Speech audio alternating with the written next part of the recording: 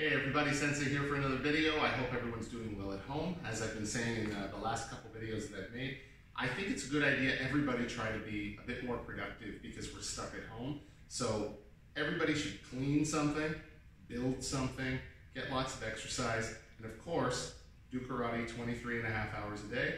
And I think you're probably doing okay. I expect you all to be basically black belts by the time you get back. So get to work on that. Anyway, today what we're going to be talking about is two things that have something to do with each other, which is range of motion and Kime. Now, Kime is the point of focus at the end of a technique. Usually that's where our body is going to tense up at the moment of impact with whatever it is that we're hitting. Maybe it's a makiwara, maybe it's a bag, maybe it's a person. The reason that you want to tense up is because if your body is all tense, it's as if your entire body as one big piece is hitting that thing. If just your hand was tight and your arm hadn't tightened up, it would just like be getting hit by a hand, but not by the whole body. One way to think about it is if you can imagine something like a statue. If you took a statue on a skateboard and shoved it at somebody, if the statue, of course it's a karate statue in my mind, of course it is. If the statue's standing like this, doing perfect seisadachi, you stick it on a skateboard, whiz it down the street, whoever's at the end of that, when they get hit by that stone hand, they are effectively getting hit by the weight of the entire statue, not just the arm. That's what we're hoping to do as well when we do Kime. Now the problem with Kime is it doesn't really work if you do it for a long time. That's excessive tightness. So just true to everything in karate, something can be good sometimes and bad sometimes. So is being tight a good thing?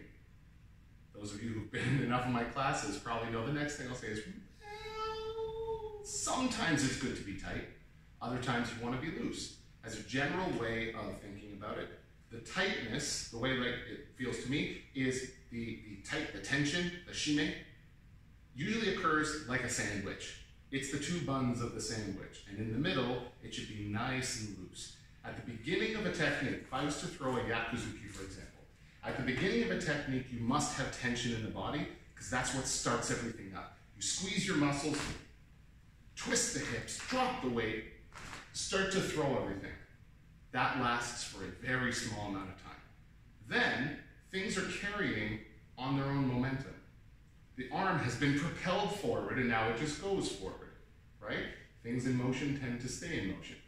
All the muscles in your arm, your chest, your shoulder, at that point are really just directing it towards what you want to hit. You've already done the work. So one example of this could be like hitting a golf ball. You don't put the club on the back of the ball and then run forward a couple hundred yards. You hit it. At the end, friction stops the ball from rolling, but in the meantime, the ball just sails. That's kind of what's going on with your hand. So as I stand here, my tricep and chest and shoulder are not working super, super hard throughout the punch. They work hard at the beginning, they work hard at the end.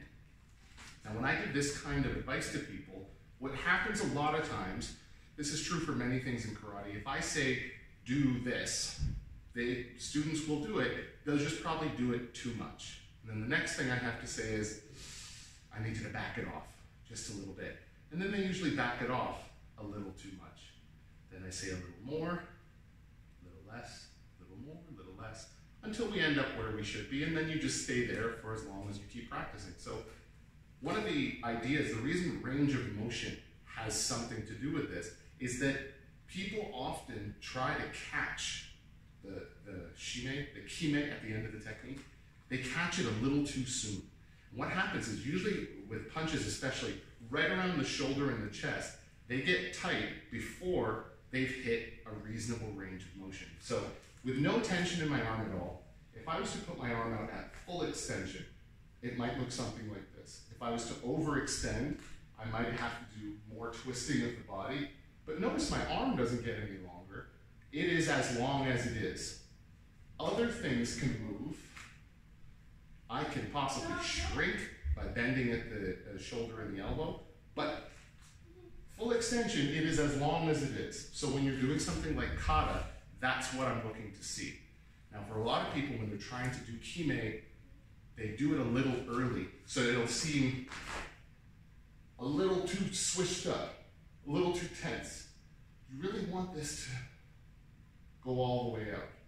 And the tension of Kime is sort of like catching a technique. So if you imagine you were standing in one place, using the golf ball example, you hit the golf ball, ran really, really fast, and then caught it at the end. So you're doing both ends of the technique, and in the middle, you just let it fly. So I do all of the effort at the beginning to cause the motion, I let it sail, and when it gets to the end, squeeze everything and catch it. So think of your punches with a couple of, not just punches, all techniques. When thinking about Kime, also think about range. You don't want to let it sail too far because Kime becomes impossible. You don't want to put on the brakes too soon because then you lose the range that you're working with. You want that nice in the middle, the baby bear zone, as I'm fond of saying. So this is, frankly, it's going to take a very long time to get this dialed in, because if you've got it with a punch, that's great. Think of how many other techniques that you have, and you have to have the same principle of work there. So this is not a short-term project, this is a long-term project, but at least this gives you something to think about. You can practice with no equipment, you can practice when you're at home, and then hopefully when you guys all come back, the 23.5 hours of practice a day is going to really pay off. Everyone's going to get black belts within a couple of days when they get back. I look forward to it. It should be a fun time. Have a good one, everybody. Stay safe.